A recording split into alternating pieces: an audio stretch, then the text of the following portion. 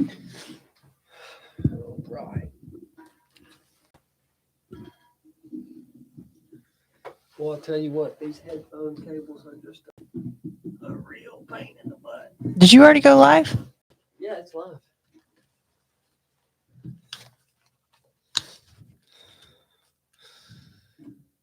Yeah, you're live, Biscuit. We're live. I think we're live.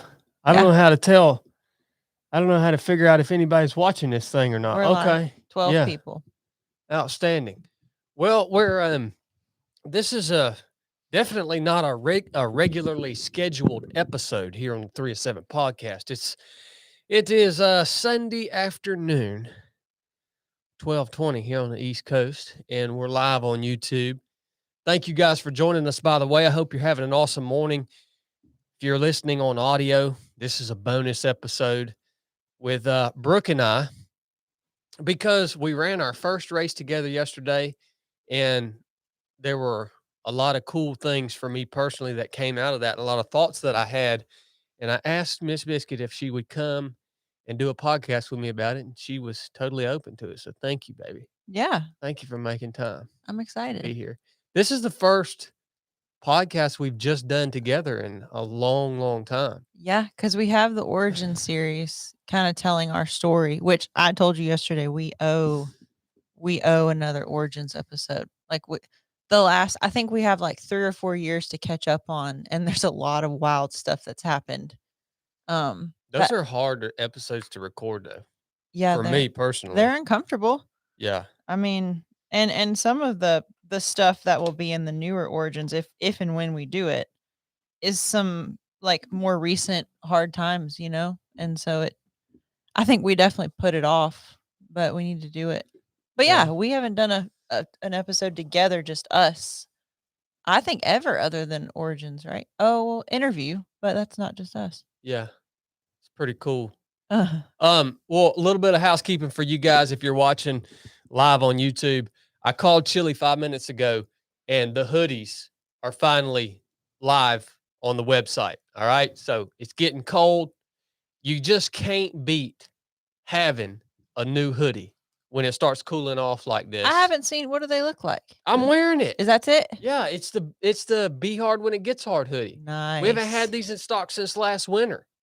Nice. And so we've actually had 500 of them in stock for the last 2 weeks, but Chili wouldn't put them on the website because he was overwhelmed with packing the Tree of Liberty shirts. So the hoodies came in at the same time, and he wouldn't sell them to anybody. So he's finally caught up, and they're live on the website now for sale. Go get you one. It's a good time to be getting a new hoodie. I got mine on, and it's a comfortable hoodie. Oh, this is what the back of it looks like. Easy. Yeah, you can see it. Kind of. Yeah. Awkward. Yeah. Well, that's part of being live. Hold on. Let me adjust these headphones real quick. Somebody said my girlfriend's gonna kill me when I order the hoodie. What if your girlfriend wants to kill you for ordering a hoodie? I mean, maybe there's something there I don't know about, but you probably just need to order you a hoodie. Yeah, it'll be worth it. It'll be worth it in the end. Oh, speaking of that, dude says his girlfriend's gonna kill him for ordering a hoodie. Oh God, I know where this is going. So Brooke signed up for this race. Now, this is the beginning of the podcast. The podcast is starting now. Brooke signed up for this race, I don't know, about a month ago or something. And she was just going to go up and do it by herself.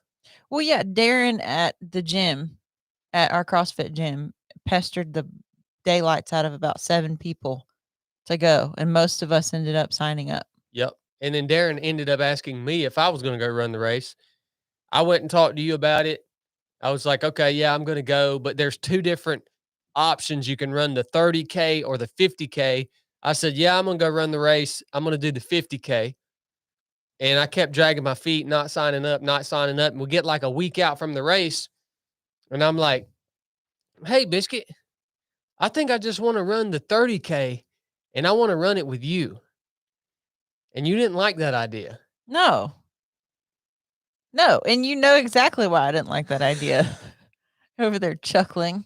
You are I don't know if anyone can relate to this, but I do really well with people motivating me and people saying like you can do more, go harder or go faster or you got more in the tank, but it's not you.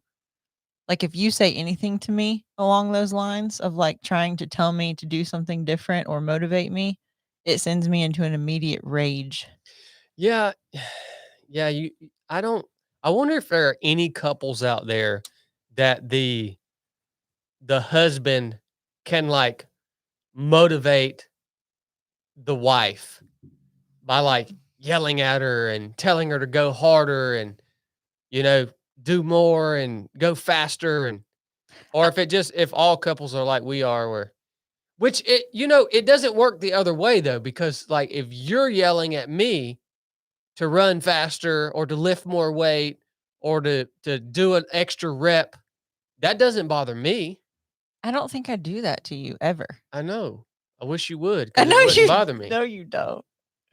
So right off the bat, I introduced this idea to Brooke that we've never ran a race together because we thought it would potentially cause issues. Well, and there's history there. Like we played a basketball game together. What was it? 2 years ago with Chili and Kelsey and all them and we ended up in a fight, like a physical fight. And we've had lots of history Yeah. on doing events or activities together. So why did you end up letting I didn't let you. Oh, Yeah, yeah. I told you I didn't want you to, Okay. and you said I'm doing it anyway. That is true. That is true. So I guess I only left you with two options. Your options were to either run the race with me or to outrun me. Yes. That would have been your other option. You could have just chose to run faster than me and I wouldn't have been able to keep up with you. Yes. Okay. I did think about at the start when you went to the bathroom, I think I turned to Darren and told him I was going to disappear into the mass of people and just hope you couldn't find me. This is boring though. We need to get to the point. But we ran together and it ended up being well you said I still got on your nerves. It Yeah. ended up I thought it went pretty daggone smooth. I enjoyed it, but like I fell a lot. So did you. And you laughed. Like the second I would fall, you would just start cackling from behind me. Like Except for that one time that you fell. because you got in trouble and I told you to stop doing that. I don't know. The one time that you fell, it was a really hard, ugly fall. And I thought, well, that's one where I should probably ask her if she's okay. Cause I mean, you went both knees, but I mean, just boom, all four straight onto the ground. And I asked you if you were okay. I was proud of myself for that because my reflex was to laugh about it. Yeah. but I had to rein in that reflex and actually ask you if you were okay. To give you guys a little bit of context about why we're even talking about this, We're getting to a point. the main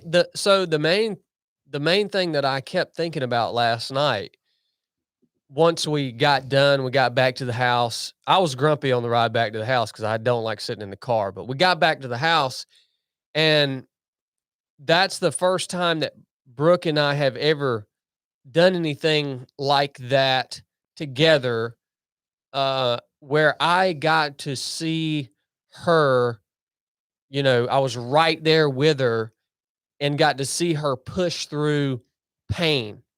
Because there was a point in the race. To give you guys a little context, this race is called the Duncan Ridge Trail Race. It's on the Duncan Ridge Trail, which is a very infamous trail in the ultra running world. It's an extremely steep, hard, nasty, rocky trail here in North Georgia. And this particular race every year, what makes it even double hard is the fact that the entire trail is about 6 inches deep in leaves. So, all the little rocks and roots and stuff, you don't see any of those until you kick them or fall over them or something. Yep. And so you went out really hard, but then there was a point maybe halfway through the race where you had kicked 3 or 4 rocks, you'd taken a fall, blackened your toenails up good, and then your IT band started really, really bothering you. Well, that was what got me, was my IT band. Yeah. Yeah. But, instead of slowing down and just kind of hiking it out, you chose to push through that. And you even said one time, you were like, well, this is a good mental exercise. Like, I'm having to deal with this pain, but I'm going to use this as an opportunity to continue to move as fast as I can possibly move and push through this. And so that was the first time I had ever just gotten to see you up close work through some a difficult and painful situation. Physical. Yeah. And it brought me, it just, to me, it made me think about, and I know you don't want this podcast to be all about you, but I'm just telling you how it made me think. It made me think about how far you've come in terms of mental toughness, the ability to push through this pain, the ability to feel and experience discomfort, but then still make the choice to keep going, and not just keep going like a sad sack, but like keep going at the maximum pace that you can achieve. And thinking about how far you've come, because I'll never forget the first time you went out and tried to run after you got out of rehab. And I don't know, what was that, like a mile? It was 2 miles 2 miles? in the Great Dismal Swamp. Yeah. And like, you weren't having it. I almost died. I felt like I was dying. Woo, that scared me. I've literally felt like I was dying. Yeah. 2 miles at like a barely jogging. But the crazy thing is yes, you are in much better physical condition now than you were back then, but you were still, there was nothing wrong with you physically back then. No. So like the big thing that's changed in you is your ability to deal with the discomfort that you're feeling. Mhm. Because I think that's what, with that first run that we ever did when you first got out of rehab, that 2-mile run, what stopped you wasn't because your body wasn't physically capable of running 2 miles. What stopped you was like, oh, this uncomfortable feeling that is coming upon me because of this running. Yeah. I don't want this. Well, yeah, it was against, first of all, that's against just human nature in general. Like, okay, I'm feeling pain. I need to find a way to not feel pain anymore. But that accelerates times 1,000, I would imagine, when you're a drug addict, because I had lived for years and years always trying to stay out of pain. That was my go-to. I was always scanning, and I didn't know how to be uncomfortable. I didn't know how to feel stress, physical or mental, and just like sit in it, much less push into it. Yeah. Because aren't you, I mean, when you're in active addiction, aren't you like kind of just numb? At the beginning, there's a lot of highs, but yeah, a couple years in for me, yes, I'm maintaining. I mean, it is really a simple way to put it. I'm staying out of pain. Like, Okay. I was to the point towards the end where I was just avoiding withdrawals. I would rarely feel like a good uplifting, no, that's not a good way to put it. I would rarely get like really high. I would just stay out of pain. Yeah. Yeah, towards the end. And so how many years ago would that have been, that first run? 2015 would have been the first run. So that's about 8 years then. Yep. So over the course of 8 years, you went from the point of not being able to manage the discomfort that you felt during a 2-mile run to Yeah. now being able to go out and do a 18-mile run on a trail in the hardest terrain in North Georgia. Yeah. On the Duncan Ridge Trail. And I've done ultras, but the ultras I've done, I've gone out like kind of slow and paced, really easy from the beginning. And this race, I went balls to the wall. I just went like as hard as I could go. Yeah, you got third place female, 12th overall. Yeah. So you ran really well. I got 13th. I got 13th place. Brooke beat me, 12th place overall. So what I want this to be, what I want this podcast to be is a encouraging message to you guys who might look at me, or you might look at other people and the things that they're able to do and accomplish, especially physically, and you think there's no way I can ever do that. I want this to be an encouraging message to you guys that, well, actually, yes, you could go and do that. It's just going to take time. You have to develop an appetite for discomfort and pain and struggle. You have to develop an appetite for that. I can think back on when I was a young man and I first decided I wanted to join the Navy. And I had to go and take the PST, the physical standards test with Frank Cutler. That was a 500-meter swim, max push-up, pull-up, sit-up, and a 1.5-mile run. And I remember that just being the most, that thing just used to freaking crush me. I mean, I would come home from that and I would just sleep for the rest of the day. Yeah. And I just remember being so, feeling like I was just so miserable during that simple physical standards test that it was just so uncomfortable and so miserable. Can I ask you a question real quick before you? Yeah. Did you, in your young adult life, really just your childhood in general, can you think of any times when before like starting the PST and trying to get into the Navy that you were pushed into those uncomfortable physical challenges that you had to work through? Or was that the first time in your life that you were experiencing?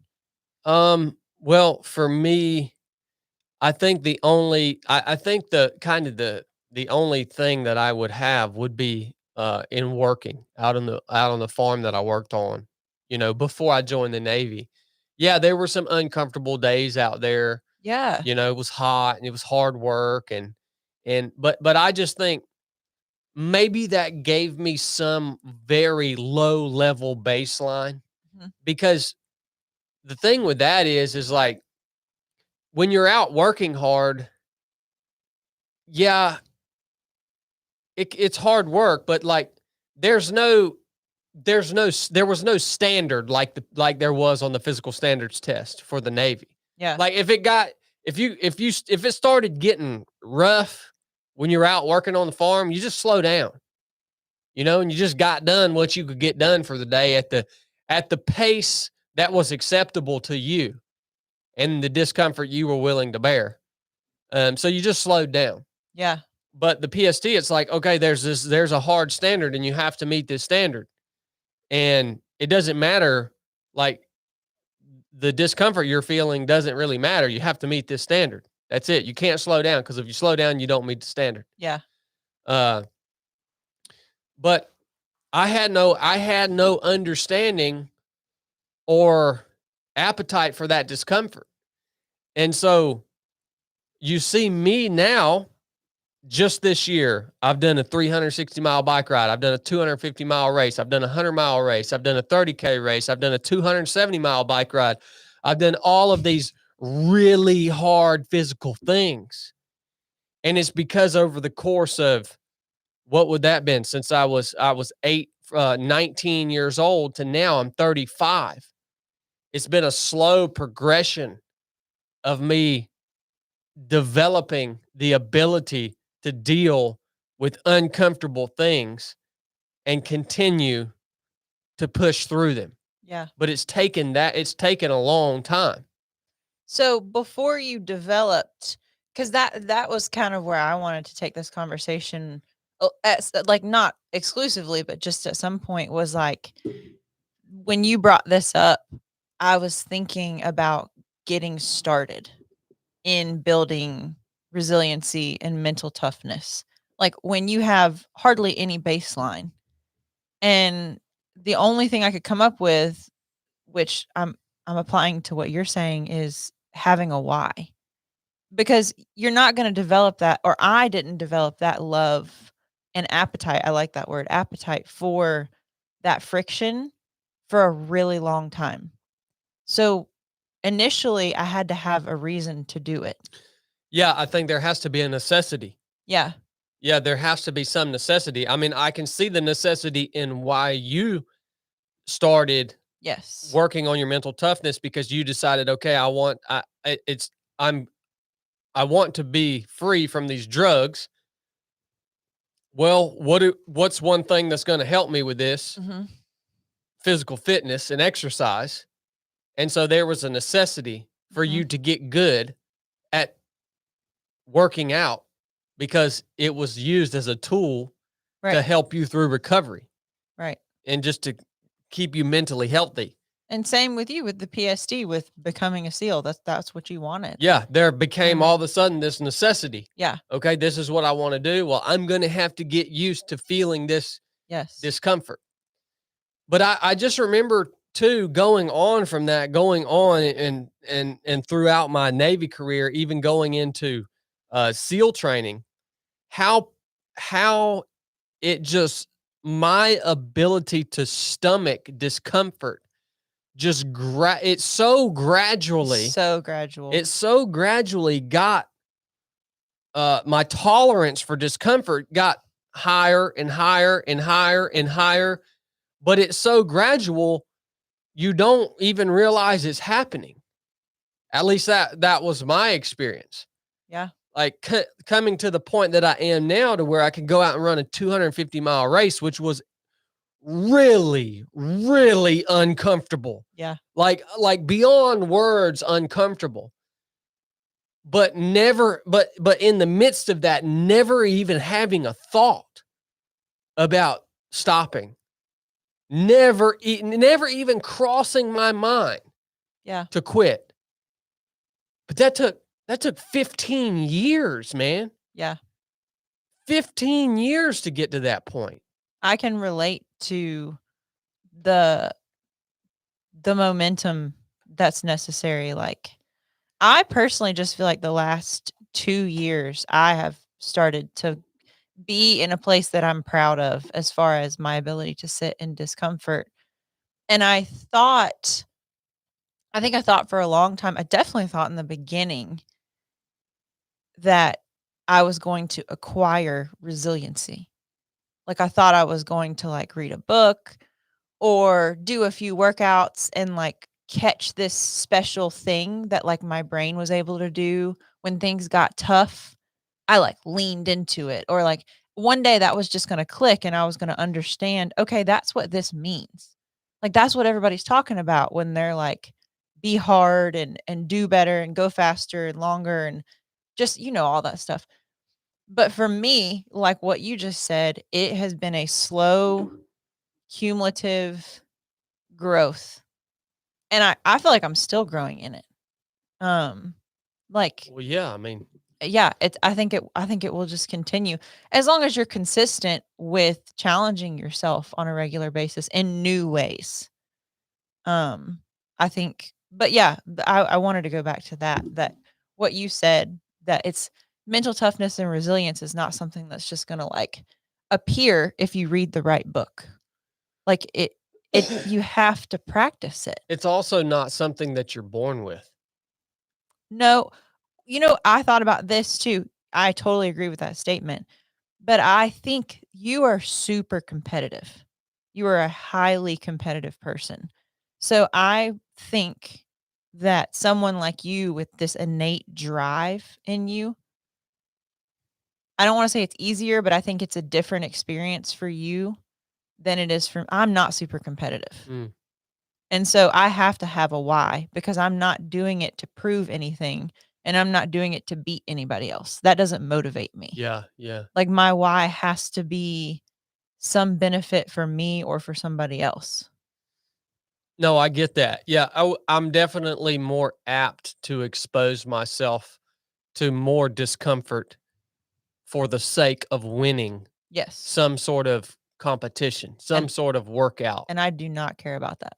Well, I've started to get a little spicy now that I'm able to keep up with people, Mm-hmm. but it's never my why when I get started.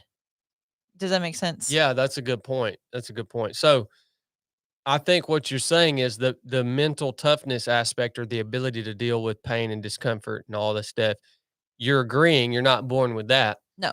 but there might be other attributes that are innate in you that will help drive you into situations Mhm. or activities that are going to then build that mental toughness. And I think yes, 100%. And I think my main purpose for sharing that is for people who aren't competitive, aren't fiery by nature. Like you can have that fire too. You just probably need to go about it in a different way. You know what I mean? It's not going to be showing up to a race wanting to crush everybody there and that's what fires you and fuels you. Like you might need to search for what fires you and fuels you because that might not be it. Well, that's interesting because I can't that's a tough one for me because I'm trying to think for myself. If it wasn't for the sake of competition in so many aspects of my life, it has been. If it wasn't for the sake of competition, like what what do you use for fuel? I have seen the fruits of so my initial start into fitness and all of everything we're talking about for me personally can parallel with mental resiliency and emotional growth. Like almost exactly. Like everything we're saying, if you were to replace it with that, it would work for me. Um, but I think over time, initially I just wanted to be mentally okay when I got sober. So that was my why. And then once I started gaining this little bit of momentum, I started seeing the fruits of fitness and suffering and pushing. And I saw the character it was building and I saw what it produced in my life. And that is the fuel that I use to this day, is just the improvement to my everyday, to my relationships, to my mental health, to my ability to do something like laundry when I really don't want to. Yeah. It's the from my experience, it's the same discipline of like, wow, I really don't want to do this. It's not going to make me happy in the moment and it's going to be a suffer fest, but I'm going to do it anyway. I don't yeah. No, I get that. Yeah.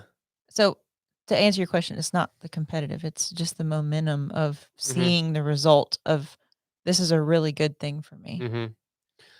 I'm interested too in how over time in microdosing this difficulty and developing this mental toughness, how has literally the way you think, how Mhm. has that changed? Because like yesterday, when you kicked a dang rock 15 miles into this race and you crashed out on the ground and slammed your knees into the ground, like 6 years ago, you might would have stopped. Like, I don't even think you would have gotten that far, but like if that would have happened in the beginning, you would have been like, "No, screw this, man.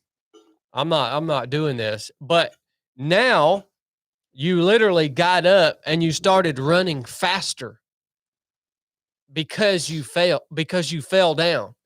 So like how is this, is there anything in just the way that you think, has that changed? Yeah, big time. I think that a lot of that is not just within me either. I think that I used to think that my body was a lot more fragile than it is. And I still, if we're in a group of people, I tend to be more protective of my body than other people because I want to be able to go to CrossFit every day. I'm avoid 100 milers. You guys all have been pushing me to do a 100 miler, and I'm like, no, because I know it would mean a week or two off from the gym, and I don't want to miss that grinding workout I do every morning. Aside from, tell me what you asked me again. How's the way you think changed, or like the way the thoughts that you have when you feel discomfort? Like Yes, it's went from I knew where I was going now. yeah. So a lot of it is just over time realizing what I'm capable of. But a lot of it is being surrounded by you and other people that I'm close to modeling what our bodies are capable of. Like I can't deny that that's not had an impact on what I view that my body is capable of. Well, when did the switch happen from when it starts to get uncomfortable? Now I'm going to slow down or quit. It's an internal dialogue because Yeah. my mind still I still and I don't know if that will ever go away. My mind still goes to those thoughts. Like yesterday when I fell, I could feel my knees zinging really bad, and it made me really angry. And I did want to like stop and just kind of like kick my foot out for a minute and kind of just move around. But I was like, it's fine. Like so the thoughts come in, you need to take a break. And that happens when we were sprinting to the finish of that race. I got my heart rate up to close to 190. And I remember thinking like, this hurts really bad. Like I can't get air. I want to stop. Same that I wanted to stop when I fell. But now I have such a good awareness of what I view as kind of my weaknesses, and I catch them before I allow them to create action, if that makes any sense. No, it makes total sense, and I think it's a good point to bring up in context of this conversation for everybody that's listening. The the thought the thought of when something gets harder than you want it to be, the thought that creeps into your mind to like, okay, I want to stop doing this. Like, Right.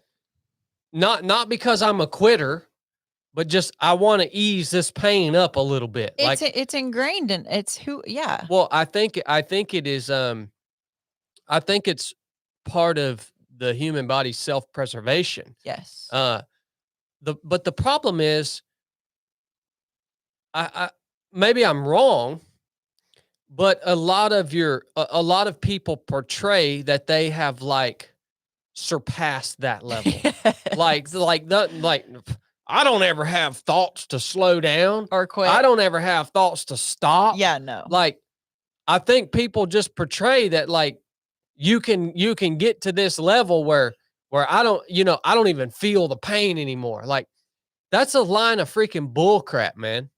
That's for Instagram. Okay? That's for social media. That's not for real life, okay? Because even and I keep going back to the Cocodona 250 because it's the hardest, most recent thing that I've done. Yeah. I mean, there's no telling how many dozens of times during that race where the thought crept into my mind, okay, I don't want to do this anymore. It was Like I want to stop, right? Like I don't want to quit the race, but I want to stop and allow my body to calm down, and I want to not feel this pain for a little bit, and then I'll get back up and start going after that. yeah. But I didn't have the luxury to do that. But those thoughts were still crept into my mind on a regular basis. And no matter how good you get, no matter how mentally tough you get, because here's the thing, as you get better at whatever it is you want to get better at, lifting weights, running, CrossFit, as you get better, all you're going to do is you're going to keep taking the level up a notch. You're going to go from running a 10K to a 50K, to a 50 miler, to a 100 miler, to a 200 miler. So you just keep taking the level up a notch. And the reason why this is important is because I think what people don't understand is when they have these thoughts, when they're doing something difficult and they have the thought that they don't want it to do it anymore, they succumb to that because they start beating themselves up about even having the thought. They let it creep in. Oh man, I must not be cut out for this. Or have you not taught yourself that you have options? Like I never knew that. I never knew when my mind said, you need to stop doing this right now, that I had an option to be like, no, I'm going to choose not to listen. As loud as it gets, I'm Yep. going to choose not to listen to it. Like, sorry, I didn't mean to So, interrupt you. so when that moment comes for you, we're talking about building mental toughness here. When that moment comes to you where you don't want to do what the crap you're doing anymore, you should be ready and prepared for that moment, because it's going to come. Yep. If you are actually pushing yourself. All right. When that moment comes, that's not the time for you to beat yourself up about having those thoughts. That's not the time for you to start thinking about yourself as weak or less than the people that you look up to. What you have to understand is that moment is the moment that we are all seeking, no matter what level we're on, no matter how mentally tough we are, no matter how much we've done, no matter how much pain we've experienced, no matter how much we can bear. The moment when we don't want to do it anymore is the moment that we are all seeking. At least that's the moment that everyone who is choosing to want to grow is seeking. And that moment is the golden opportunity, because until you reach that moment, everything before that moment is just process miles. Everything before that moment is just to get you to that moment. And the only growth you experience is everything that you experience beyond that moment.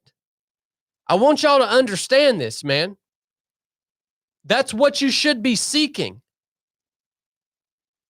And we're talking about this in terms of fitness, but this can be applied on mental toughness can be applied on so many other spectrums than fitness. You know, I told you guys the other day I was feeling burned out on work and the podcasting and 307 project. And, you know, I saw people comment, well, oh man, it was sad to see that Chadd said he was burned out on doing this stuff, man. No, that's what I want. I want to be doing crap that is pushing me to the point that I don't want to do it anymore. You know what I feel like when I don't want to come in here, sit down here and have hard conversations live for the world to see? Those days for me, that's what y'all don't freaking understand how I tick, man. I want to feel that way, because I know that all the work that I've done up to that point was just to get me to that point. And when I feel like that on that day or that week or for that month, the whole time I'm looking at that and saying, this is it, man. This is where if I just keep going beyond this, I'm going to achieve what it is I want to achieve. And your comments tell me so much about your mindset. For you to think that I'm upset about feeling overextended, feeling mentally exhausted, feeling burned out. They're also like to just speak for other people. People aren't used to people being honest about stuff like that either. Like, how often are you going to tune into somebody's podcast that wants you to listen and say, hey guys, kind of burned out on this today. Yeah, like, I'm trying to be real with y'all, man. Yeah, I think that's the part that probably throws people off. They're like, well, why are you, they don't understand that everybody feels that way. You're just choosing to say it out loud to your audience. I hate complacency. And complacency is the absolute enemy of developing mental toughness and resiliency. Like, yeah. Do you understand how easy it would be for me to become complacent in everything that I do? It would be extremely easy. I'm retired from the military, man. We have a great life. I'm not forced financially to do anything that I do. It would be so easy for me to become complacent. And if I chose to become complacent, I would never have days where I felt like I didn't want to do this. I could carry on with everything that I do, whether it's training people, whether it's speaking, whether it's podcasting, I could carry on with whatever I do and keep it at a level that I was comfortable with. But I freaking hate complacency because I know in the midst of complacency, I am growing weaker by the minute. In the midst of complacency, I will never experience something new because you never get to that point where you say, I don't want to do this anymore if you're operating at a level that allows you to stay comfortable and complacent. It's the golden freaking moment, man. It's not the moment where you beat yourself up for having those thoughts because your favorite social media influencer doesn't have those thoughts ever, right? No, bull crap, man. He just never freaking told you about them. That's all it is. He never told you about them. Well, it's the same thing about people not talking about having feelings about wanting to quit. People, you're just not gonna. That's not cool. That's not portraying the image that is celebrated at the time. You know? That's interesting to me too, man, because people ask me all the time. They say, people have asked me before, did you ever want to quit in SEAL training? No, never did. Never even thought about quitting. Did you ever want to quit during 250-mile race? No, never thought about quitting. Did you ever want to quit during TNGA? Heck no. Physical things don't bring me to the point that I want to quit because I like doing physical things, right? If you want to ask me, was there ever a moment you wanted to quit in your marriage? Yeah. If you want to ask me, was there ever a moment you wanted to quit in business? Yeah. In relationships in general. Yeah. All right. That's why we're talking about this. That just brings me back to the point that I made earlier. This forging this ability to push through discomfort is not just physical discomfort. It's not just so you can win at your CrossFit workout or win your race. It's so that you can achieve in all aspects of your life. It's so that you won't quit in all aspects of your life. They all support one another. Mm-hmm. That's why it's important. Yeah. Sorry, I hijacked the conversation. That's okay. You got a little fired up. That really kind of cliche statement is like how you do something is how you do everything. Is that what it says? I don't know. How you do one thing is how you do everything. I don't know. Yeah, I've heard Jesse say that before. Yeah, and that kind of makes me think about what you are saying, and that's what I try to do with resiliency or mental toughness is like the same things that we're talking about. I try to apply it to my mental emotional growth, or like I said, like my job, or even just things around our house. Just the same mindset of like, what thoughts are creeping in? Do I want to respond? Like, do I want to do what my brain is telling me to do? Better example. Right now, I think you and I both are working on our character and just our thought patterns that we don't like, and the things about our personalities that we want to be better at. And you're talking about you're doing a physical challenge and your mind says quit or you need to stop, this is uncomfortable, and you know that about yourself and you've already prepared for that moment. And when that moment comes, you're ready. You identify it and you say, no, I know what's good for me. I know what I want to do. So I'm going to keep going. And it's like learning to be a better person is knowing those parts about yourself that are weak in your personality, maybe how you treat others, how you respond in relationships, what are your defense mechanisms.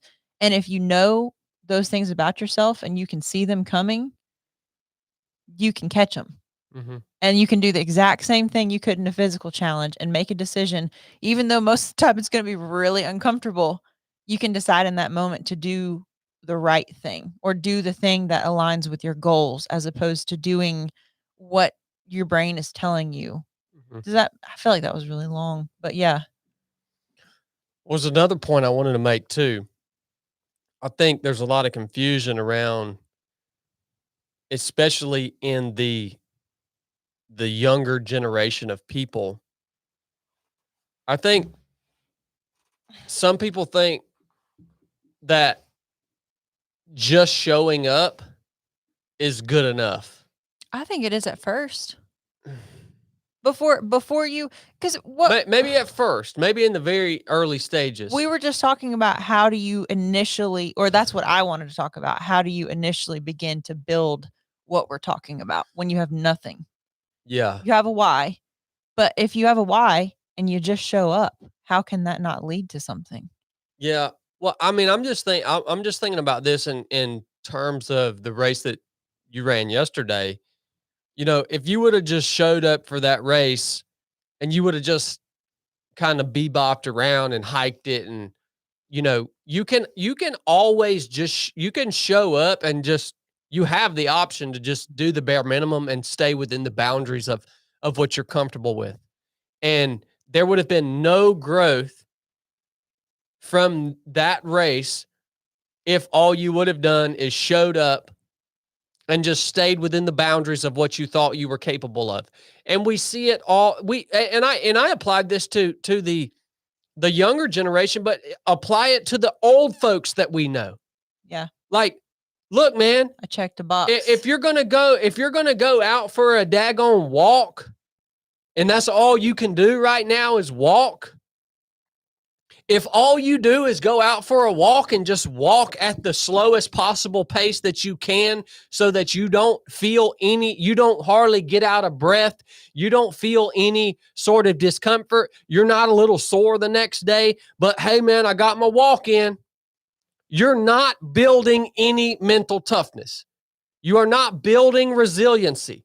You are not becoming any better. Yep.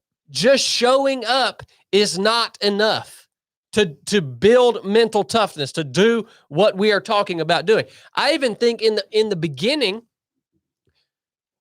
you still have, I get what you're saying, but even in the beginning, you still have to show up and you still have to go beyond that. Because again, until I keep coming back to the point, you want to become mentally stronger, you have got to get to the point that you don't want to do it anymore. Yeah. And now that might be on your first ever 1 mile walk down the freaking sidewalk in your neighborhood because you're 400 pounds right now. Oh my gosh. That might be you going from a 30-minute mile pace to a 28-minute mile pace, and you're getting freaking out of breath, and you say, dang, I want to slow down, but guess what? I'm going to keep going at this 28-minute mile pace until I'm done because I know I can do it. So just showing up is not enough to achieve what we're talking about achieving. I too, I feel like when we talk about it, it would be easy for my brain to turn it into like this big monumental, like when you're talking about it, I picture like this moment when I'm like running or I'm crossfitting and like it's just this huge struggle, and I'm like, and for me the first couple years it was these, and I like what you said it earlier, micro doses.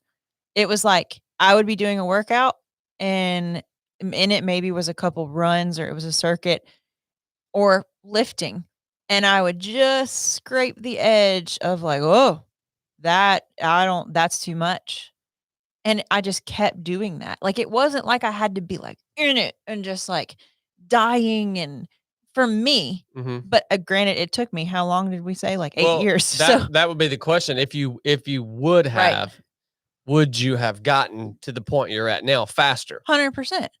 Yeah. But I didn't have the coping to deal with mental or physical stress without a lot of work. Like, that I just didn't have it. But it wasn't these, like, really dramatic moments of suffering for me. It was, like, dipping my toes past the line of what I was comfortable with. And maybe, I think definitely the time that I would stay there got longer, and then the intensity I was willing to experience got more, as time goes on. But for me, for a couple years, it was Yeah, but yes, if I would have leaned in harder for longer, sooner, I think it definitely would have produced Yeah. results. And that's really difficult to do on your own. Well, Like I almost that was I like that you said that because I think about myself and the huge advantage that I had was going through SEAL training. Because like I remember in third phase, one night in third phase of buds, if the class got in trouble, the instructors sent you down to the beach that night and you had to do something called camp surf.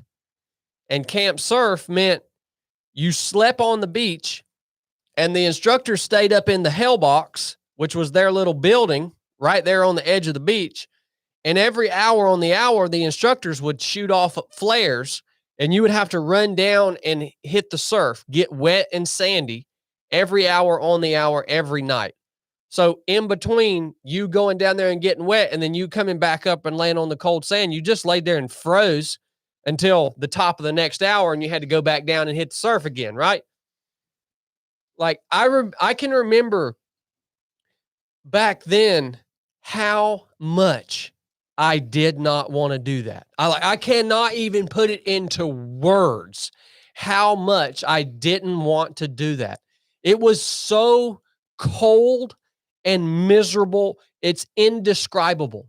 so can you describe, or can you, like, in that moment, could you verbalize like what went through your mind? Like, was it immediately like when you had those thoughts of like, I really don't, this is miserable. What did you do with that? Did you just embrace it, or did you like remind yourself of why you're there, or like what do you? No, the whole time I just thought this is freaking miserable. So you just sat with those thoughts. You didn't try to like motivate yourself or Uh-uh. try to speak to yourself, or It was beyond it was so miserable that it was like impossible to do that at the level that I was in terms of mental toughness at that point in my life. So yeah, I just spent the whole night thinking this is absolutely the worst night that you could ever imagine having. I mean, and that, but all that being said, in my mind, I had to do it. There was like, I had to do it. I didn't have any choice in the matter. I guess that's the mindset that I guess that's a part of my mindset that I would like to know how that happened, because that is the same mindset now that I carry into my big races that I do. Mhm. I have to do that. Like, I want you guys to understand this. I go into these things somehow with the mental attitude that there is no choice except this. And I've tried to explain this before when I talk to people about when I'm standing on the start line of a big race. I'm standing there and I can feel the full weight of, like, it's heavy, because in my mind, I know there is nothing, there's no other option except I have to do this.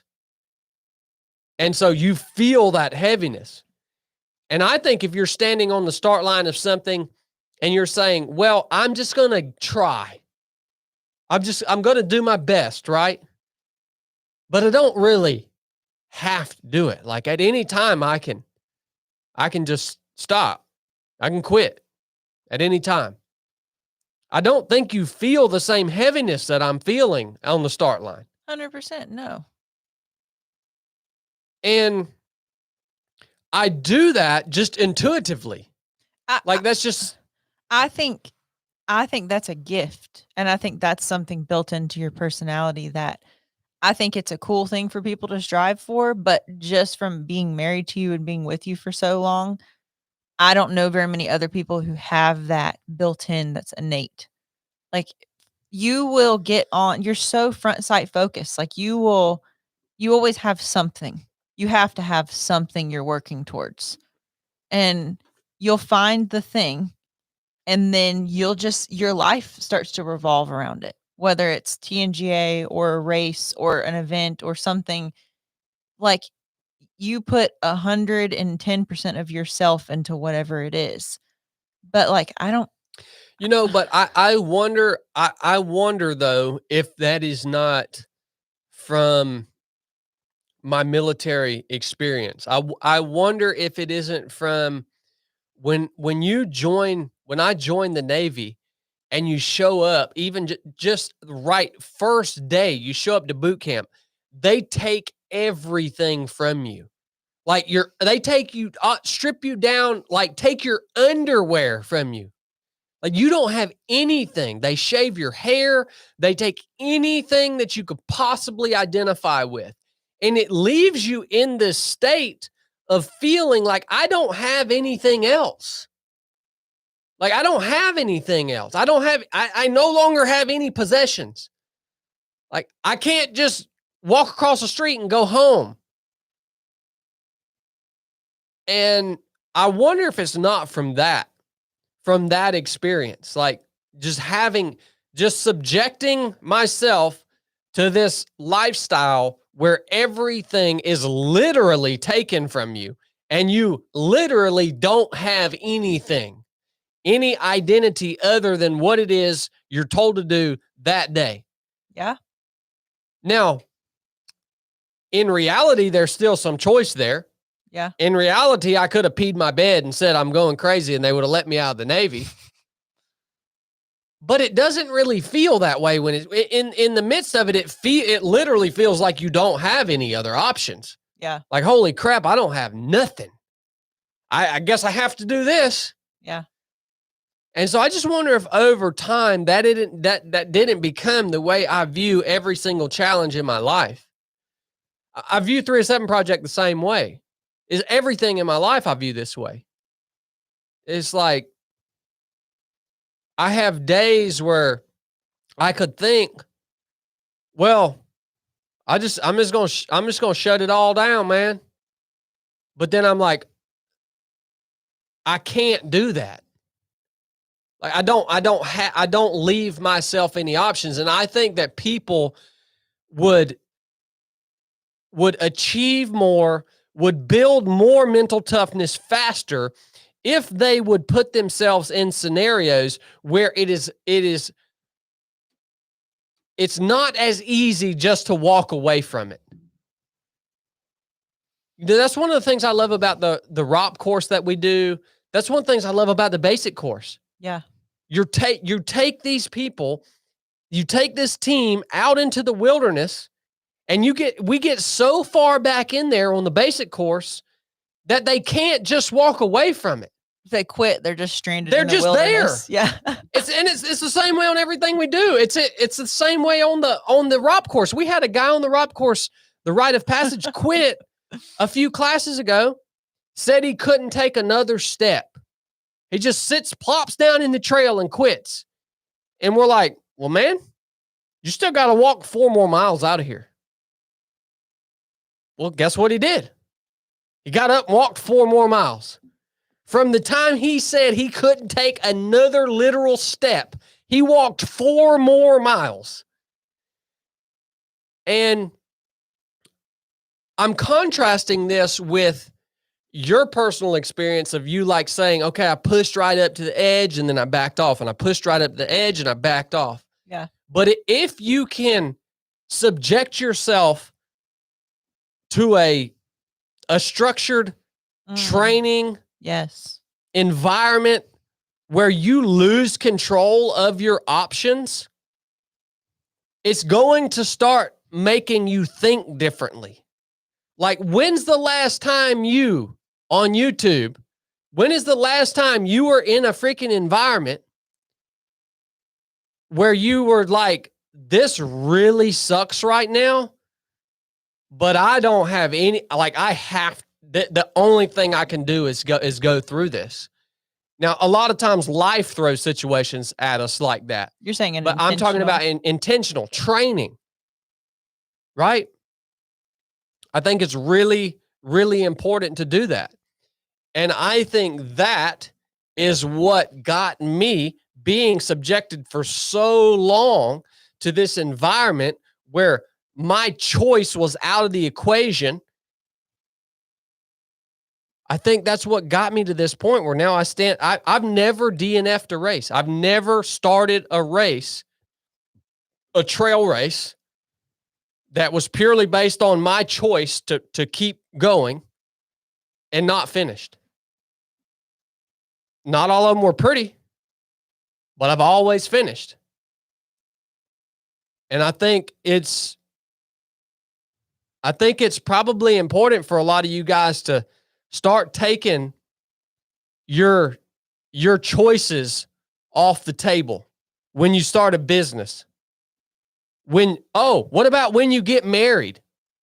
Oh, could this not apply to when you decide you want to get married? I think it's pretty smart for you to just start taking your little choices off the table. Because the less choices that you leave yourself, the better your chances are when you hit the point that we keep talking about where you don't want to do it anymore. Yeah. The less choices you give yourself from the start to that point, it increases the chances that you are going to make the right decision and keep going when you hit that point. And my mind is like going about all of the things this can be applied to.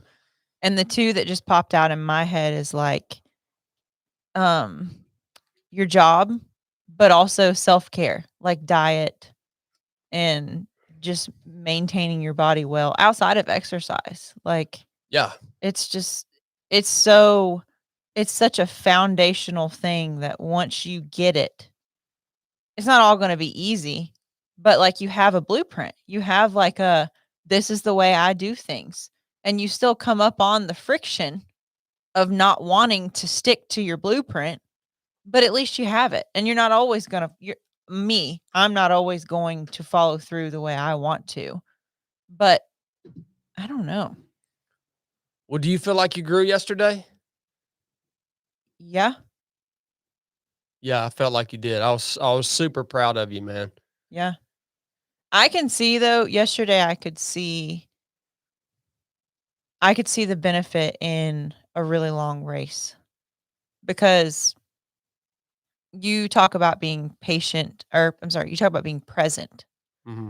And I am the person who I'm motivated by, like, okay, I only have 5 more miles. Okay, I only have maybe 2 more hours. I can keep pushing at this pace with only 2 more hours. And like I kind of do a mental countdown in my head. And I do that with most things in my life that are hard. Mm-hmm. And a couple times I attempted to stay in the moment and like not look forward and just do what felt like medium hard, what I knew I was capable of. But I wasn't able to.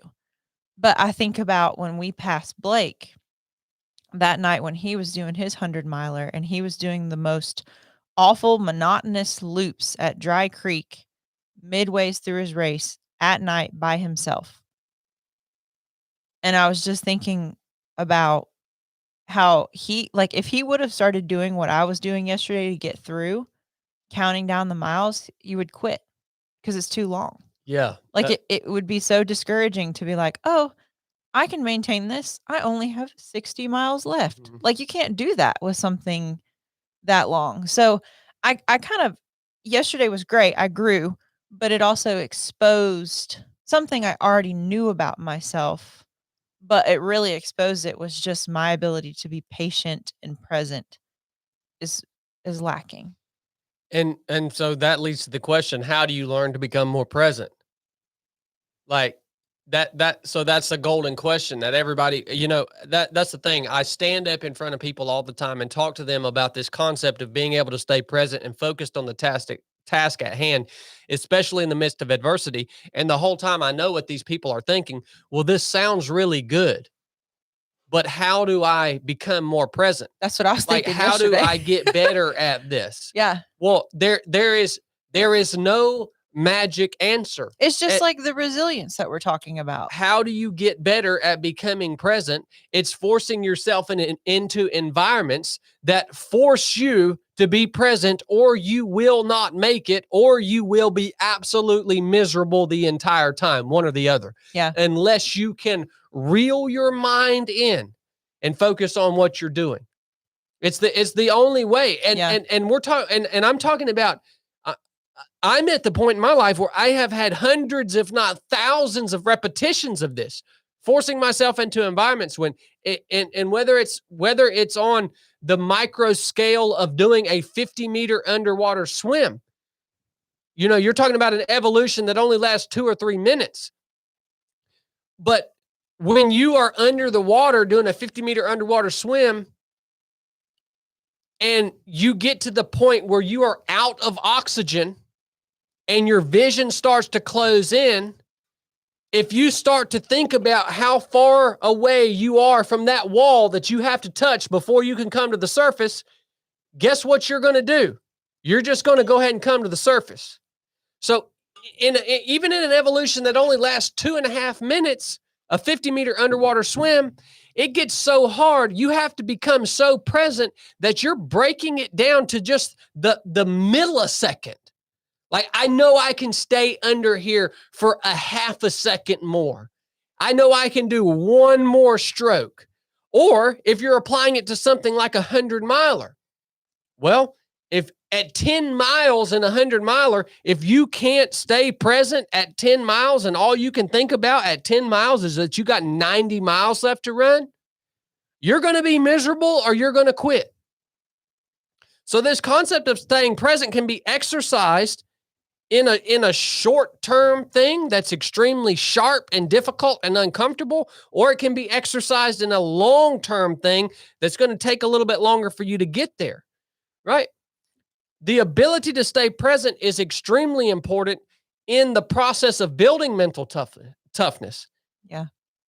How do you learn to become more present? You have to put yourself in situations where you have to stay present or you're going to quit or be miserable. That's it. And you have to do that over and over and over and over again until it just becomes muscle memory. It just becomes your second nature.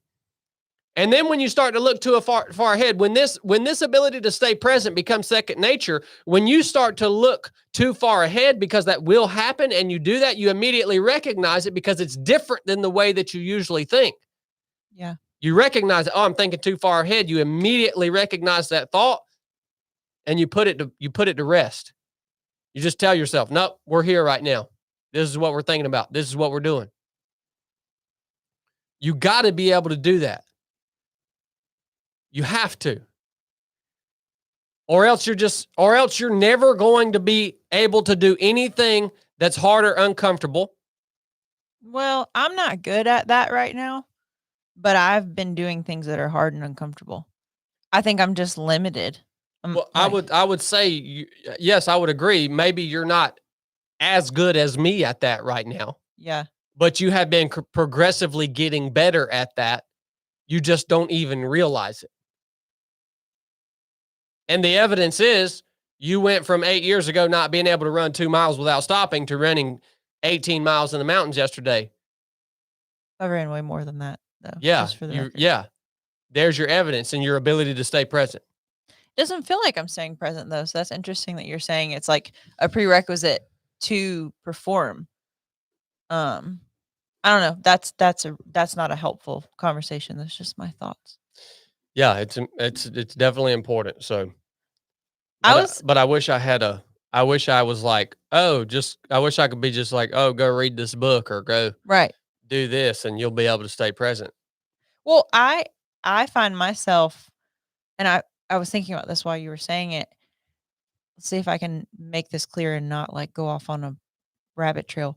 When you were talking earlier about how you worked growing up and that kind of gave you a little bit of a foundation, it made me think about how my parents pushed me into jobs when I was really young, like 15, 16. I was working almost full time. And they were like, one of them was a waitressing job at a barbecue restaurant that was really busy. And if you've worked food service, you'll understand we had a lot of tables, and it was just hard physical work. Like, you were on your feet, you had to manage a lot mentally, and you were running the whole time. And I remember that, and one of my other first jobs was at a dentist office, and the other one was boring. The waitressing one was just kind of, I was usually tired. I had been to school all day and probably didn't stayed up all night doing something stupid. And when I was young, having to be in the positions where I had to just get over it. Like, that to me, that was some level of building that presence that I'm really grateful my parents gave me that I didn't like when I was young. Was like, "Okay, you don't like this right now. You're bored. You wanna go do something else. You wanna go home, but that's not an option. Yeah. This is your job." And even though your feet hurt and you're tired and you're frustrated and you feel like you're not being treated fairly for whatever was going on, it was like you're just forced back into, like, doing your job, which to me was a presence. Yeah, And and that's largely been lost. Like, oh, that opportunity has been completely lost on, these generations that have come after us, and probably even for the most part in our generation. oh, It's yeah. like, with these freaking snowflakes out there, man, it's good enough for them to just say, no, I'm done because I'm having a bad day, man." If some of the people that I have interacted with, the young people, worked like that barbecue restaurant job I had, like, if we messed something up, we got screamed at. Like, there was no sugarcoating. There was no, like, "This is what you're responsible for. You handle it. Don't ask anybody for help. And if you fall behind, somebody is going to chew you out." And it's hot and it's dirty and it's gross and you're on your feet for hours at a time and people are rude to you, and too bad. Like, if a customer tells you, like, it just doesn't matter. But like you're saying now, that's nobody would last in that environment. And that environment would be unsafe or I don't know what It's a label they're totally giving it. toxic environment. Like your Yeah. job, we were talking about the other day how we're getting off, but this is kind of fun. We were talking about how a yellow jacket's nest, how you used to go down into a creek to do the work you needed to do, and you knew you were going to hit a yellow jacket's nest and get tore up, but you had to do it anyway. Yeah. Find me one young person that you could say, "Hey, I need you to go weed eat that." Well, first of all, find me a young person that will go weed eat in the middle of summer in Georgia. But tell him, "By the way, there's a good chance you're gonna get in a yellow jacket's nest, but don't," like, they would be like, "No, that's unsafe. I'm not doing that." Yeah. But like, who's gonna do it? But like you were like, "Well, yeah, I gotta do it. It's my job." Yeah. But yeah, I think that there's more to that than we originally gave credit for, of being held accountable to jobs that weren't our passion. I think that's such a good benefit for a young person to be forced into a job that is uncomfortable or monotonous or that they really don't enjoy. It's like it's just a great foundation. And Yeah. you don't have an option to quit. You can't go home when you need a A well, mental health break. I was gonna say that, but like No, it's true. It's true. I mean, come on, dude. I talked to you about this the other day. Why are more of these mental health professionals not forwarding all of their messaging with, "Hey, guess what? Before we even start talking about your problems, I want to let you know something that's true. This life is freaking hard. It's going to be hard. yep. You're going to get sick. People are going to die. Things are going to suck. You're going to have to do crap that you don't want to do. And life is hard for every single human being. Yep. Get over it." Can I share something I used? I'm embarrassed to say I used one of your phrases the other day. I was speaking to somebody and they were I was speaking to them and I was saying I was holding them accountable to something. You need to do better at this. And they got upset and they said, "Well, I'm just struggling so badly. This is going." I'm like, "Well, I'm fine with listening to people." So I'm like, "Well, what's going on?" "I'm just in so much pain, my joints, my body. I feel bad every day." And I said, "Well, how's your sleep?" "Well, I could do I mean, I don't I could do better." "Are you eating, like, real food? Are you how's your diet?" "Well, I mostly eat fast food because it's just." And then I'm like, "Well, you're having joint pain, like, I've been there. Why don't you start exercising or lifting weights?" And the consensus that we came to with me going through those things, they said, "That all is really hard." Forming those habits and learning to do those new things is really hard. And I looked at them and I said, "Well, choose your hard, because right now you're a victim. It's hard, but things are happening to you that aren't in your control, and you're choosing that. But you have a choice to choose hard, but it's on you. You know, you choose to work and push through the friction of forming these new habits and taking better care of yourself, and your whole life's going to get easier. But there's no doubt that changing your food habits, your exercise habits, your sleep habits, improving relationships, that is going to be really hard if you've been doing things a certain way for a long time. But what's your other option? Just become a puddle because life's hard and it's too hard to change. Yeah, yeah, that's a legitimate option in especially in today's culture. Yeah, but you know what, man? I think this even goes back further than just today's culture. I guess it's always been an option. I guess it's just more prevalent in the culture that we live in today because of political correctness and this whole mental health and all. And don't get me wrong, man.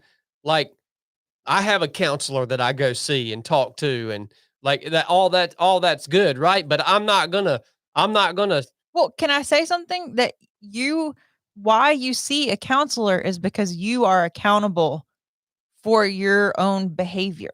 Like you don't see a counselor because you're weak and like you do need help. We all need help.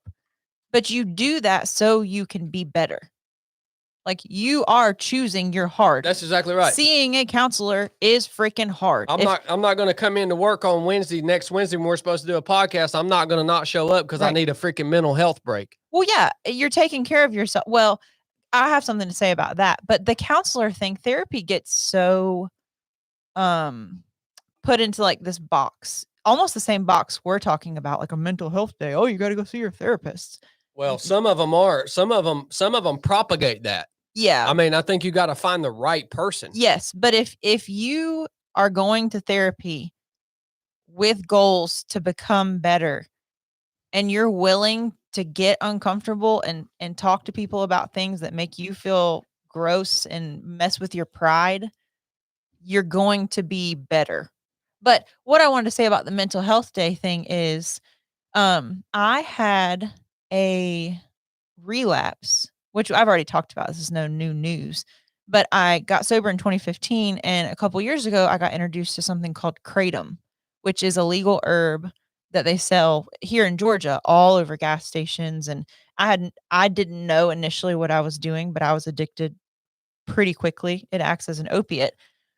But I had to, when I realized what I had done, that I had relapsed and that I was addicted to this substance, I had to take off of work to go check myself into treatment. And so, like, that's legit. I need a mental, like, I am taking off of work for my mental health and for my health. It's true. I really was. And I don't think that was weak. Yeah. But I think that it's it's abused. People like you're saying, people feel this friction or they feel these sad days. Well, you're not sleeping well. You're not exercising. You're not eating real food. No wonder you feel like crap and you're anxious and depressed. Like once you've done all those things and you're working on those and you're still struggling, like that's the time to take some mental health days and figure out what's going on, because there's more to it. Yeah. Well, Like, what you're saying is, yeah, in the event, in a catastrophic event, yeah, you might need to take some days off, right? yeah. But the average everyday discomfort that you're going to feel in life around all aspects of life is not a catastrophe. Like if Brooke dies next week, I might not show up for the podcast for a week because I might need to take a day A off. week? You better be mourning for longer than a week. So like Jeez. in the presence of a catastrophe, yes, you might need to take some time off, but day-to-day life ain't a freaking catastrophe. And a lot of you guys are turning it into a dang catastrophe. Every little daggone thing that causes you any pain or discomfort. Well, and that's where we can loop this back to the foundation of like our conversation is I was like that for a long time. Like when I got sober and I had masked these emotions of sadness, anger, anxiety, mostly anxiety for me. They hit me like a freight train. And I was like, yo, something's wrong with me. I was on SSRIs for a long time, and I just I thought I was special, and I thought that people didn't understand how I felt, and most people didn't feel like I felt, and that I was kind of helpless. That like this was just how my brain was wired, and I was given genetics, and some of that is true, but it's all circumstantial. And now, I don't take any medications, thank the Lord. That's new too. But like it took me a long time to empower myself that like, yeah, I still have seasons and I still have anxiety and I still have the beginning of panic attacks that I have to work through. But there's so many things that we have control over that can give us power in our circumstance, you know? Um I was gonna go somewhere else with that, but once I started talking, my mind just went whatever. Well, I think it was a good conversation. I think, Oh, are we wrapping it up? yeah, we've been going for almost an hour and a half. That irritates me so bad how you do that. Oh no, I mean we could keep going if you want. I mean, I think what it boils down to Well, is, folks, all right, oh my guys. gosh, Everybody have a man. great day. Enough said. Thank you. Holy crap. Sorry, what it boils down to is What what? what it boils down to is mental toughness is not something that you have to be born with. We all have times that we think about stopping. None of us like to be uncomfortable, contrary to your popular Instagram influencers' last post. None of us get to the point where we just absolutely love that. All right. But it is important. Mental toughness is important to strive for and to try to improve upon throughout your life. How do you do that? By putting yourself in situations where the thing that you're doing gets so uncomfortable that you don't want to do it anymore, and then you choosing to continue doing it in spite of the fact that you don't want to do it anymore. And this is working out. This is Business. social. This is your marriage. If you're uncomfortable speaking to certain people or being the one to reach out, like do it. This is when your go-to dinner is some fat-laden processed food, and if you fix chicken or steak or vegetables or fruit, that you're gonna have that empty feeling where you don't feel satisfied. That's totally what we're talking about. Sit in it. Yep. Deal with it. And then you will be better at it the next time you do it. Every time you do it, you'll get better at it. Yep. The first time is gonna feel a little squirrely and clunky. And the reality is that most of the problems that most of you are probably experiencing are due to the fact that you have chosen to be mentally weak. I don't know where my phone is. Did you seriously leave your phone on loud? Yeah, let me But you grab it. gotta, you gotta turn that off. What the crap? If could you imagine if that happened and Blake or Chili were in here and they had left their phone on loud, what ration of crap they would It's the receive? dang real estate agent, man. Well, I like our real estate agent. Well, calling me during a podcast. Most of the problems you're experiencing are because you've chosen to remain complacent and mentally weak in your life, and that's more than likely the reason that you're fat, the reason that you're broke, the reason that you're just a freaking lump of crap, and all you want to do is complain about everything that happens to you. That's probably the reason. Go ahead, baby. I think sometimes the reason is that you were raised a certain way or certain life circumstances shaped you in a way that you got to reshape yourself. I don't think it necessarily means I think people do make choices, but I think like especially younger folks or people who have just come out of something really traumatic and are getting their footing back. I don't think the guilt of like, this is your fault because you made poor decisions and like that is a little bit true, but I think circumstances can beat you down. But either way, the answer is the same. I'm just saying, I don't know. Like, so with my addiction, would you apply what you just said? Knowing me and like going through that with me? Like, cause when I came out of my addiction, I was mashed up piece of butthole. I mean, I was just useless. Like, so my decisions had led me to that place where like I wasn't being successful. I would, if you asked that particular question, I would want to trace it back to the origins of why you started using in the first place. So if you would have been raised up in a different manner, if you would have had the right mentors in your life, if you would have had the right people developing you, had the right friends, or if you would have had people to help develop that mental toughness in you as a young person, would you have ever started using drugs in the first place? Now, the result that you experienced when you got clean from those drugs, the way you were feeling then is caused by the drugs you were using. But I'm looking back to, okay, would things have been different if somebody would have taken the time to instill the things that we're talking about here into a child in the first place? Well, maybe so. But what you're saying is contradictory to your previous statement about how it's people's fault. It's not always. A lot of times it is people's fault. Well, yeah, I guess as a young child. A lot of times you are raised with certain things, or like I said, life circumstances just impact you so deeply that like you kind of develop these bad behaviors, and it just takes a while for you to like snap out of it. But I'm not trying to remove accountability. That's never what I want to do. I just want to give grace, and like I wouldn't want someone to tell me coming out of my addiction when I was trying to become better, this is all your fault. Mm-hmm.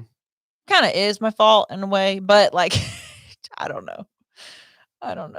Well, we'll take a question or two from YouTube if anybody has, since we have you guys on here. Are you on? Yeah, on here live. I have the YouTube thing coming up on here. Oh, here's somebody that talked about smoking weed. What? Now, yes, so a lot of people smoke weed nowadays. What does this have to do with our conversation? That's what it has to do, man. I'll never forget.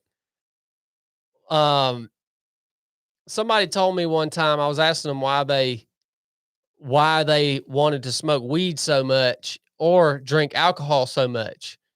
And basically the response is that it's an escape from their day-to-day reality. It's how they wind down. Well, no, it's an escape from reality. Oh, sorry. Which, yeah, maybe that's what they need to wind down, is that they need an escape from reality. Well, that is mental weakness. If you cannot confront reality, If you need an escape from your life, that means that you're just a little poopy pants in your life. You just need something that's not real life to get you to a place where you can feel good again. My goal has always been in my life, my goal has always been to confront reality for what it is and figure out a daggone way to deal with it that doesn't take some sort of substance to change the way that my brain operates. What about nicotine? Nicotine doesn't change my perspective of reality. It definitely It doesn't relax me. It doesn't do any of that. I smoked for forever. I know how nicotine works. It does relax you. It can help you stay awake. It can help you stay more alert. If you're really hungry, it can, not to the level of weed, but it can definitely impact your mental state. Well, maybe it does. I don't know. I don't feel that personally. Maybe it's because I've been using nicotine for so long. Then why don't you quit? And if you look at why did I start using nicotine? It wasn't because I needed something to relax me. It was because everybody around me was doing it. That's what we did. That's what men did in the South. They chewed tobacco. My grandfather chewed tobacco. My dad chewed tobacco. Everybody at the SEAL team chewed tobacco. It's just a cultural thing. The point in chewing tobacco is never, you don't get, I never did it for a reason to escape reality or relax or stay awake or any of those things. But when you use a drug that fundamentally changes the way that you perceive reality, like alcohol or weed, that is not a comparison to nicotine. I agree with that. Yeah. So, yeah, Gator, I agree. I need to quit doing nicotine for the sake of quitting doing nicotine because it's a daggone waste of money. Can we really quick, just because you brought up weed, Andrew Huberman has a episode on marijuana, and it is mind-blowing how bad for you weed is. Right now, people depict it like it's some kind of great alternative, and it's like a health. No, like it affects everything in a negative way. I see all kinds of excuses from people smoking weed on here. It's just a daggone, man, learn to face up to reality, man. I don't see any more good questions. Did you on here? Did you specifically say open to questions? Yeah, I specifically said it. Okay. So, all right. 10-4. 10-4. Well, that was a fun little Sunday afternoon podcast. What are we going to do? Go to the grocery store? Yeah, I think we got to go get some bananas and ground turkey. Oh, that'll be a good mental toughness exercise for me walking in the grocery store. You know what? Earlier when we were talking, I said sometimes I have to use these tactics to do laundry. Mhm. I have to use them on the regular. Well, the rare chance that I don't order groceries when I have to enter the grocery store, I have to do it. Silence the me that's saying, you don't want to do this. This is terrible. YouTube, I love you guys. Go get you a hoodie, man. Keep Chili in the daggone dungeon. He'll be in the dungeon tomorrow. I got to go to the range tomorrow. If I stop back by and Chili's in the dungeon, I'll go take a little video for you guys and post it on YouTube. And don't forget about our race coming up, February 10th. Trail race. Yep, trail race. Minimum distance is only 4 miles. So, I mean, nobody really has an excuse. You can hike it. You have 4 hours to hike 4 miles. Yeah, I'll put a link in the show notes of this video right here if you guys want to come run. It's on Ultra Sign Up. It's called 307 Project Trail Race. Or you can sign up for the 8 hour, and what a grand opportunity that would be to do something to the point that you don't want to do it anymore and keep doing it. Because I guarantee you, over the course of the 8 hours, you're going to get to the point that you don't want to run anymore. Trust me. There's a daggone climb on that course that's going to crush you. All right. Love you guys. I'll see y'all on Wednesday, Lord willing. Enough said. Enough said.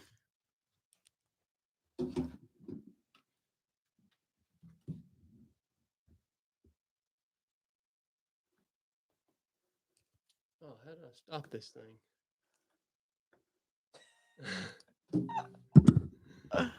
Tell them I don't know how to stop the live. Just hit end stream. Oh, end stream. Okay. Wow.